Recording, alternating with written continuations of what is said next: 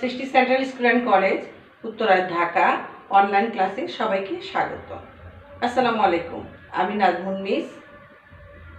নতুন বছরে নতুন ক্লাসে তোমাদের সবাইকে শুভেচ্ছা জানাচ্ছি। প্রিয় শিক্ষার্থীরা, কেমন আছো তোমরা? আশা করি ভালো আছো। আমিও ভালো আছি, আলহামদুলিল্লাহ। আমি তোমাদের কাছে আজকে একদম নতুন, তোমরাও কিন্তু আমার কাছে নতুন। নতুন নতুন ছোট্ট ছোট্ট মুখ দেখতে পাচ্ছি। আমাদের অবশ্য কষ্ট লাগছে যে তোমাদের সামনাসামনি দেখতে পাচ্ছি না, তোমাদের সাথে আমাদের কাছাকাছি পরিচয় হচ্ছে না, কিন্তু তাতে কি, এই যে আমরা দেখতে পাচ্ছি না একজন আরেকজনকে। অনলাইন ক্লাসে যখন তোমরা ক্লাস করো তখন কিন্তু তোমরা একজন আরেকজনকে দেখতে পাও, আমিও তোমাদেরকে দেখতে পাই। এইভাবে দেখতে দেখতে একজনের সঙ্গে আরেকজনের পরিচয় হয়ে যাবে, বন্ধুত্ব হয়ে যাবে। তখন দেখবা অনেক ভালো লাগবে এই অনলাইন ক্লাসটা।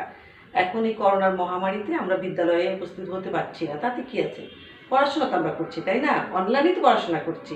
এটাও কিন্তু অনেক মজার একটা জিনিস, মজার একটা বিষয়। যদি তোমরা মজা করে পড়ো, যেভাবে পড়বে সেভাবেই তোমাদের কাছে ভালো লাগবে। আমি আশা করি অনলাইন ক্লাসগুলো তোমরা অনেক মনোযোগ সহকারে করবে। তাহলে আসি, আমরা এখন একটু ক্লাস শুরু করি। দেখো, আজকে আমি তোমাদের কি পড়াবো? আমি তোমাদের পড়াবো দ্বিতীয় শ্রেণীর পরিবেশ পরিচিতি। এই যে দেখো এই বইটা, এটা হচ্ছে তোমাদের দ্বিতীয় শ্রেণীর পরিবেশ পরিচিতি বই। যারা বইটা নিয়েছো বা পেয়েছো তারা দেখলেই চিনতে পারবে, আর যারা বইটা এখনো নাওনি তারা দেখো তোমাদের এই সুন্দর বইয়ের মলাটটা কত সুন্দর, পরিবেশ পরিচিতি। এই বই থেকে আমি আজকে তোমাদের পড়াবো পার্ট 2 পৃষ্ঠা 5। এই পার্ট 2 পৃষ্ঠা 5 থেকে আমি আজকে তোমাদের পড়াবো। এখন দেখো পার্ট 2 পৃষ্ঠা 5 কি আছে। এই যেখানে দেখো পার্ট 2 পরিবেশ নিয়ে কথা, প্রাকৃতিক পরিবেশ। পরিবেশ নিয়ে কথা। পরিবেশ কি? আমরা যেখানে বাস করি তার আশেপাশে যা কিছু আছে সব কিছুই নিয়ে যে অবস্থানটা গড়ে ওঠে সেটাই হচ্ছে পরিবেশ। এখন বলো, আমাদের আশেপাশে কি আছে? আমরা যদি একটু বাইরে তাকাই, বাইরে তাকালেই দেখতে পারবো আশেপাশে কি থাকে। এই যে দেখো এখানে একটা ছবি দিয়েছি, এই ছবিটার মধ্যে কি আছে? তোমরা যদি ঘর থেকে বাইরে তাকাও ঠিক এই জিনিসগুলোই তোমরা দেখতে পাবে। এখানে কি আছে? গাছ, গরু, এই যে পশু পাখি, এখানে আছে দেখো ঘর বাড়ি, তারপর আছে নৌকা, এই যে একটা মানুষ। এই সব কিছুই হচ্ছে প্রাকৃতিক পরিবেশের উপাদান। এই যে প্রাকৃতিক পরিবেশ, প্রাকৃতিক পরিবেশ কি? প্রাকৃতিক পরিবেশ হচ্ছে আল্লাহর যে দান, যে জিনিসগুলো, সেই জিনিসগুলো নিয়ে যে পরিবেশটা তৈরি হয় সেটাই হচ্ছে প্রাকৃতিক পরিবেশ। পরিবেশ কিন্তু আবার দুই প্রকার, প্রাকৃতিক পরিবেশ, সামাজিক পরিবেশ, আরেকটা আছে পারিবারিক পরিবেশ। এখন দেখো প্রাকৃতিক পরিবেশ কাকে বলে। প্রাকৃতিক পরিবেশ হচ্ছে মহান আল্লাহ তাআলার সৃষ্টি যে উপাদানগুলি, সেই উপাদানগুলি কি কি তোমরা নিজেরাও কিন্তু চিন্তা করলে বুঝতে পারবে যে আল্লাহর তৈরি উপাদানগুলো কি। যেমন দেখো পশু পাখি, পশু পাখিকে আমরা তৈরি করতে পারি? পারি না, এটা কিন্তু আল্লাহর দান। তারপরে দেখো চাঁদ, সূর্য, তারপর নদী নালা, তারপর আরো কি আছে তোমরা নিজেরাও চিন্তা করলে দু একটা বের করতে পারবে। গাছপালা, পশু পাখি, নদী নালা, খাল বিল, চন্দ্র সূর্য, আকাশ বাতাস, মাটি পানি, এই সব কিছুই হচ্ছে আল্লাহর দান। এই আল্লাহর দান উপাদান নিয়ে যে পরিবেশটা তৈরি হয় সেটাই হচ্ছে প্রাকৃতিক পরিবেশ। আর সামাজিক পরিবেশ কি? সামাজিক পরিবেশ হচ্ছে মানুষ যে জিনিসগুলো তৈরি করে, মানুষের দ্বারা যে জিনিসগুলো তৈরি হয়, সেই উপাদানগুলি নিয়ে যে পরিবেশটা তৈরি হয় সেটাই হচ্ছে সামাজিক পরিবেশ। এখন দেখো মানুষের তৈরি কি, আমরা কি, আমরা মানুষ, আমাদের বেঁচে থাকতে হলে কি করতে হয়? ঘর বাড়ি তৈরি করতে হয়। এই ঘর বাড়িটা কি আল্লাহ তৈরি করে দেয়? আল্লাহ কিন্তু তৈরি করে দেয় না, এটা কিন্তু মানুষের তৈরি, আমরা নিজেরাই তৈরি করি। এটা হচ্ছে সামাজিক পরিবেশের উপাদান। যেমন ঘর বাড়ি মানুষ তৈরি করে। বিদ্যালয়, যেখানে তোমরা পড়াশোনা করো, যে বিদ্যালয়ের কথা বলে তো মনটা কি খারাপ হয়ে গেল? বিদ্যালয়ে আসতে পারছো না? তাই আসবে ইনশাআল্লাহ। মহামারী চলে গেলে আমরা সবাই আবার বিদ্যালয়ে একসাথে খেলাধুলা করব, আনন্দ করব, পড়াশোনা করব, সবই করব। এই যে বিদ্যালয়টা, এই বিদ্যালয় কিন্তু মানুষ নিজেদের প্রয়োজনেই তৈরি করেছে পড়াশোনা করার জন্য। তারপর দেখো রাস্তাঘাট, আমরা যখন ঘর থেকে বের হই, কোথাও যেতে হলে, হাঁটতে হলে আমাদের রাস্তা লাগে, এই রাস্তাটাও কিন্তু মানুষের তৈরি, এটা কিন্তু আল্লাহ তৈরি করে দেয়নি। তারপর আরও আছে দেখো মসজিদ, মাদ্রাসা। মসজিদে মানুষ নামাজ পড়ে, নামাজ পড়তে যায়, সেই মসজিদটা কিন্তু আল্লাহর ঘর, কিন্তু তৈরিটা মানুষই করেছে। আর এরকম আরো অনেক কিছুই আছে। দোকানপাটটা কিন্তু মানুষের তৈরি। এই যে নিজেদের প্রয়োজনে মানুষ যে জিনিসগুলো তৈরি করে, এই সব উপাদানগুলি নিয়ে যে পরিবেশটা সৃষ্টি হয় সেটাই হচ্ছে সামাজিক পরিবেশ। তাহলে কি তোমরা বুঝতে পেরেছো কোনটা প্রাকৃতিক পরিবেশ আর কোনটা সামাজিক পরিবেশ?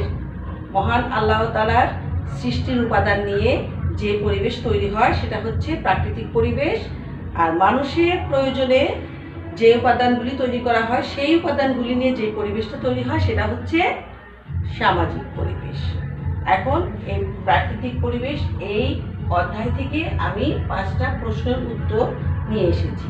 এই প্রশ্ন উত্তরগুলো আমি তোমাদের পড়াবো, তোমরা ভালো করে মনোযোগ দিয়ে শিখবে এবং প্রত্যেকটা প্রশ্নের উত্তর সুন্দর করে শিখে খাতায় লিখবে, আর খাতায় লিখে আমাকে মেসেঞ্জারে পাঠিয়ে দিবে। আমি সবার খাতা ভালো করে চেক করে দেখব, আর অনলাইনে ভিডিও ক্লাসে জুম ক্লাসে আমি এই পড়াগুলো তোমাদের মুখে ধরবো। তোমরা খুব ভালো করে পড়া শিখবে, সবাই যেন সুন্দর করে পড়াগুলো আমাকে বলতে পারো, ঠিক আছে?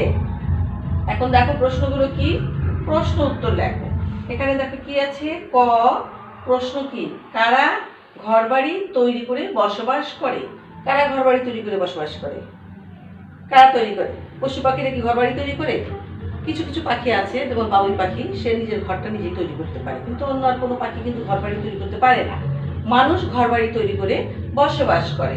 মানুষ ঘরবাড়ি তৈরি করে বসবাস করে। ঘরবাড়ি ছাড়া তো মানুষ বসবাস করতে পারবে না। আকাশের নিচে, খোলা আকাশের নিচে কি মানুষ বসবাস করতে পারবে? পারবে না। এই জন্যে মানুষকে ঘরবাড়ি তৈরি করতে হয় নিরাপত্তার জন্য, বনের পশু পাখির হাত থেকে নিজেকে রক্ষা করার জন্য, ঝড় বৃষ্টির হাত থেকে রক্ষা করার জন্য মানুষকে ঘরবাড়ি তৈরি করতে বসবাস করতে হয়। মানুষ ঘরবাড়ি তৈরি করে বসবাস করে।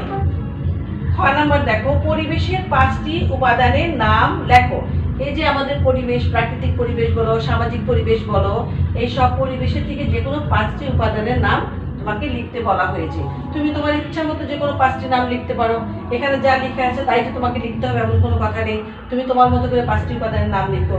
দেখো আমি এখানে 5টি উপাদানের নাম লিখেছি। পরিবেশের 5টি উপাদানের নাম হলো আলো, বাতাস, মাটি, পানি, গাছপালা। আলো, বাতাস, মাটি, পানি, গাছপালা, এই 5টি উপাদানের নাম আমি লিখেছি। তোমরা চাইলে এই 5টি না লিখে অন্য 5টি উপাদানের নামও কিন্তু তোমরা লিখতে পারো, ঠিক আছে? এরপরে আসি গ নম্বরে। দেখো প্রশ্ন, প্রাকৃতিক পরিবেশ কাকে বলে? এটা কিন্তু তোমাদের আমি আগেই বলেছি প্রাকৃতিক পরিবেশ কাকে বলে। তারপরে দেখো আমি আমার মতো করে বলেছি, আমার ভাষায় বলেছি, তোমরা বইয়ের ভাষায় দেখো। আল্লাহ বা সৃষ্টিকর্তার মাধ্যমে যে পরিবেশ গড়ে উঠেছে সেইগুলোকে প্রাকৃতিক পরিবেশ বলে। দেখো আমার কথাটা এখানে বলা হয়েছে, আল্লাহ যে উপাদানগুলি আমাদের দান করেছে সেই উপাদানগুলি নিয়ে যে পরিবেশ তৈরি হয়েছে তাকে বলে প্রাকৃতিক পরিবেশ। বইয়ের ভাষায় আল্লাহ বা সৃষ্টিকর্তার মাধ্যমে যে পরিবেশ গড়ে উঠেছে সেগুলোকে প্রাকৃতিক পরিবেশ বলে। এবার আসি ঘ নম্বরে। দেখো জড় পরিবেশ কাকে বলে? জড় পরিবেশ কাকে বলে? তাহলে আমাদেরকে আগে বুঝতে হবে যে জড় পদার্থ কি। জড় পদার্থ কি? জড় পদার্থ হলো যেটা চলাফেরা করতে পারে না, খাবার খায় না, বংশবৃদ্ধি করে না, আর হচ্ছে মৃত্যুবরণ করে না, এগুলো হচ্ছে জড় পদার্থ। যেমন কি চেয়ার, টেবিল, তারপর হচ্ছে মাটি, পানি, বাতাস, এগুলো হচ্ছে জড় পদার্থ, প্রাণহীন পদার্থ। এদের কোনো প্রাণ নাই, এরা চলাফেরা করতে পারে না, এরা খাবার খেতে পারে না, এরা বংশবৃদ্ধি করতে পারে না। যেমন চেয়ার টেবিল হচ্ছে একটা জড় পদার্থ। চেয়ার টেবিলটা তো হচ্ছে আমরা তৈরি করেছি, ওটা বড় হতে পারবে না। আমরা যদি নিজেরা ওটাকে বড় না করি ওটা বড় হতে পারবে না, আবার আমরা যদি ওটাকে ছোট না করি ওটা ছোট হতে পারবে না। ওটার নিজস্ব কোনো শক্তি নাই, কোনো কিছুই করার ক্ষমতা নেই। তাহলে দেখো মাটি, পানি, আলো, বাতাস, নদী, পাহাড়, পর্বত, ঝর্ণা, সূর্যের আলো ইত্যাদি প্রাণহীন উপাদান নিয়ে যে পরিবেশ গঠিত হয় তাকে জড় পরিবেশ বলে। যে উপাদানগুলির প্রাণ নেই, প্রাণহীন উপাদান যেগুলো, প্রাণহীন মানে কি জান নেই, প্রাণ নেই, জীবন নেই, কিছুই করতে পারে না, কিছুই করার ক্ষমতা নেই, সেটাই হচ্ছে প্রাণহীন উপাদান। এই প্রাণহীন উপাদানগুলো নিয়ে যেই পরিবেশ তৈরি হয়, যেই পরিবেশের সৃষ্টি হয় সেটাকে বলে জড় পরিবেশ। এখন দেখো জীব পরিবেশ কাকে বলে? তাহলে জীব কি আগে আমাদের জানতে হবে। জীব কি? যাদের জীবন আছে, যারা জন্মগ্রহণ করে, যারা মৃত্যুবরণ করে, যারা খাবার খায়, যারা বংশবৃদ্ধি করে, যারা চলাফেরা করতে পারে, এগুলো হচ্ছে জীব। এই জীব নিয়ে যে পরিবেশটা, এই যে দেখো, যাদের জীবন আছে, বংশবৃদ্ধি করে, খাবার খায়, চলাফেরা করতে পারে, এমন সব উপাদান নিয়ে যে পরিবেশ গঠিত হয় তাকে বলে জীব পরিবেশ। এই যে এই উপাদানগুলো নিয়ে যে পরিবেশটা তৈরি হয় সে জীব পরিবেশ কি? জীব কি? জীব কিন্তু মানুষ, জীব মানুষ, তারপর হচ্ছে তোমার পশু পাখি, এগুলো জীব।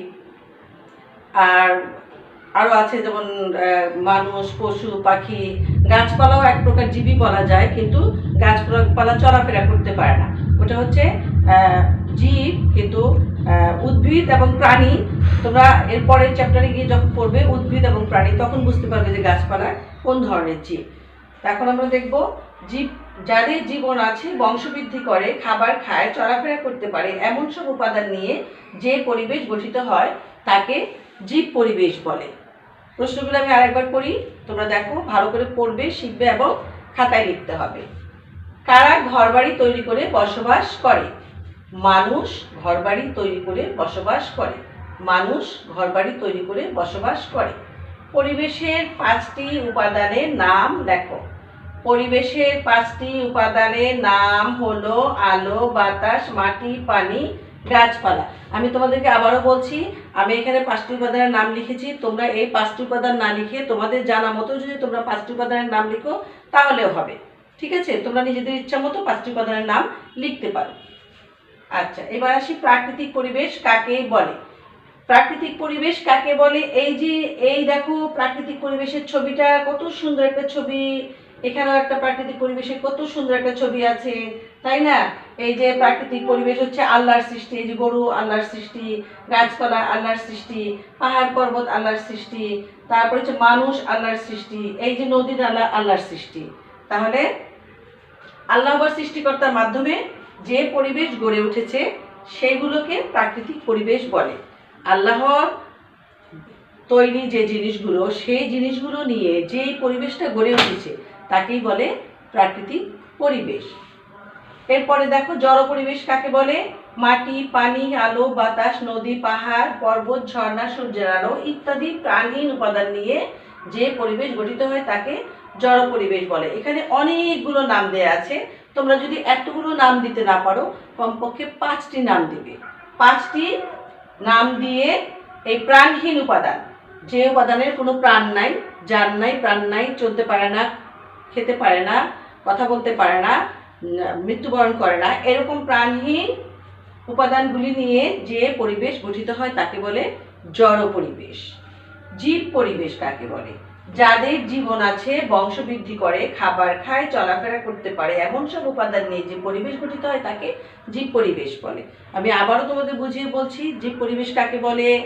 যাদের জীবন আছে, চলাফেরা করতে পারে, বংশবৃদ্ধি করে, খাবার খায়, মৃত্যু আছে, এমন উপাদান নিয়ে যে পরিবেশ গঠিত হয় তাকে জীব পরিবেশ বলে। তোমরা কি বুঝতে পেরেছো সবাই? আশা করি সবাই বুঝতে পেরেছো। তোমরা কিন্তু অনেক ভালো করে পড়বে, খাতায় লিখবে, অনলাইন ক্লাসগুলো ঠিক মতো করবে, আর যে পড়াগুলো দিব সেগুলো খাতায় লিখে ভালো করে শিখবে। ভিডিও ক্লাসের মাধ্যমে আমি কিন্তু তোমাদের পড়াগুলো মুখে ধরবো, যে দেখি তোমরা শিখেছো কি না। শুধু খাতায় লিখলে তো হবে না, ঘরে বসে বসে দেখে দেখে লিখলে তো হবে না, তোমাদের শিখতেও হবে। শিখে আবার পড়াগুলো আমাকে বলতে হবে, আমার কাছে বলতে হবে, আমি তাহলেই বুঝবো যে তোমরা শিখেছো। এখন কি তোমরা বুঝতে পেরেছো? পড়াগুলো ভালো করে বুঝতে পেরেছো? বোঝাতে পেরেছি তোমাদের? আচ্ছা, আজকে তাহলে আমরা পড়া শেষ করলাম। তোমরা ভালো করে শোনো। তোমরা যতদিন বিদ্যালয়ে না আসতে পারো ততদিন ঘরে বসে মনোযোগ দিয়ে অনলাইন ক্লাসগুলো করবে। অনলাইন ক্লাসগুলো কিন্তু অনেক এনজয় করে করা যায়, তাই না? আমি সম্মানিত অভিভাবকদের উদ্দেশ্যে কিছু বলবো। আসসালামু আলাইকুম। সম্মানিত অভিভাবকবৃন্দ, আপনাদের কাছে আমাদের একটাই অনুরোধ, আপনারা বাচ্চাদের খেয়াল করবেন, শিক্ষার্থীরা যেন ঘরে বসে অনলাইন ক্লাসগুলো নিয়মিত করে, আর ক্লাসের পড়াগুলো যেন নিয়মিত করে। আমরা তাদের HW দিয়ে দিই, HW খাতাগুলো আপনারা দেখবেন যে তারা ঠিকমতো লিখছে কি না। আবার আমরা যখন ভিডিও ক্লাসে ক্লাস নেই, সেই ক্লাসগুলো যেন তারা সঠিকভাবে করে, ক্লাসে যেন ঠিকমতো উপস্থিত থাকে। আপনার বাচ্চার প্রতি এতটুকু খেয়াল আপনাকে অবশ্যই রাখতে হবে, না হলে তো সমস্যা। এখন মহামারীর সময় আমরা তো এর চেয়ে বিকল্প কিছু করতে পারছি না, তাই না? তো ঠিক আছে, আপনারা সবসময় আমাদের অনলাইন ক্লাস করার জন্যে আমাদের পাশে ছিলেন, আমাদের সহযোগিতা করেছেন। আমরাও আপনাদের সহযোগিতা করার চেষ্টা করেছি। সৃষ্টি পরিবার সবসময় আপনাদের পাশে ছিল, আগামীতেও থাকবে ইনশাল্লাহ, সর্বোচ্চ সেবা দেওয়ার আশায়। আজকের মতো আমি চলে যাচ্ছি, আগামীতে অন্য কোনো ক্লাস নিয়ে আবার তোমাদের সামনে আসবো। আসসালামু আলাইকুম, আল্লাহ হাফেজ।